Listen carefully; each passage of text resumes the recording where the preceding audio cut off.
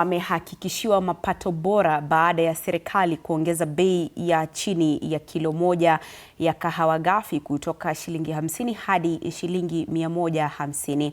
Akizungumza katika ziara ya maendeleo eneo bunge la Tigania Magharibi, kaunti ya Meru, Katibu Mkuu wa Kilimo Daktari Kiprono Rono alisema hatua hiyo inalenga kuongeza kipato cha wakulima na kuimarisha sekta ya kahawa nchini. Katika ziara hiyo, Katibu Mkuu Rono pia alikagua maendeleo ya ujenzi wa chuo cha kilimo cha Kenya kilichoko Kamutune, akiwahakikishia wakazi kuwa chuo hicho kitazinduliwa rasmi kabla ya mwisho wa mwaka huu. Kuendelea mbele lazima tuwe na serikali yetu, kwa sababu serikali ndio inafanya mambo yote. Mko tayari kusupport serikali yetu?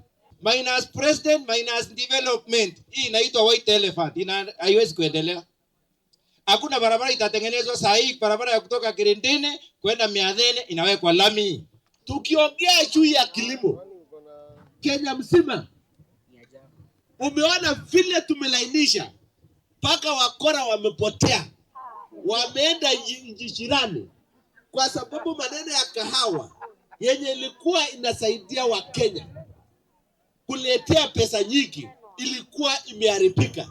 Lakini tangu hii serikali kuingia ndani, tumenyorosha.